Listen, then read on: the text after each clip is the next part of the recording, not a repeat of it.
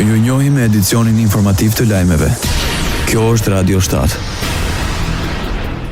Parlamenti Evropian miratoi një amendament për përdorimin e gjuhës shqipe në provimet shtetërore të jurisprudencës në Maqedoninë e Veriut. Eurodeputetët i bën thirrje autoriteteve të Republikës Maqedonisë së Veriut që të zgjidhin sa më shpejt të çështje, si dhe kërkon që protestat e studentëve të mos portretizohen si faktor destabilizues apo si të motivuara politikisht.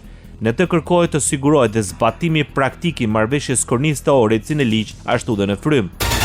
Kryetari i Lidhjes Shqiptare Zjadin Sela përshëndeti qëndrimet e Parlamentit Evropian mbi përdorimin e gjuhës shqipe në provimet shtetërore. Përmes rrjeteve sociale, ai e cilësoi këtë si një fitore të rëndësishme për studentët dhe të drejtat gjyqësore të shqiptarëve. Parlamenti Evropian e tha qartë, provimet shtetërore duhet të jepen në gjuhën shqipe. Nuk tha as ligj të ri, as metodologji, as rregullore, as teori dhe as praktik, dhe jo vetëm jurisprudenca, por të gjitha provimet. Marrëveshja e orët tha të respektohet në ligj dhe në frym, shkruan mes të tjerash Zjadin Sela. Radio 7, zëri pozitiv i qytetit.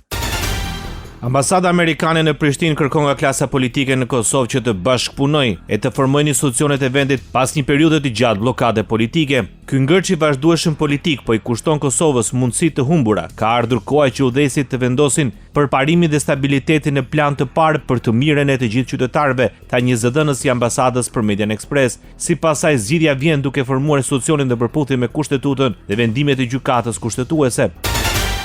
Eksporti i energjisë amerikane është një shtyllë qendrore në bashkëpunimin tonë ekonomik me partnerët tanë. Eksportet e energjisë amerikane forcojnë sigurinë energjetike në Europë, reagojnë nga Departamenti Amerikan i Shtetit për Gazetën Express. Sa i përket Kosovës, nga Departamenti Amerikan i Shtetit thanë se SBA-ja është e gatshme për të bashkëpunuar me industrinë energjetike amerikane dhe qeverinë e Kosovës për një të ardhme të sigurt energjetike përmes diversifikimit të furnizimit me energji elektrike, ku përfshihet dhe gazi lëngshëm LNG.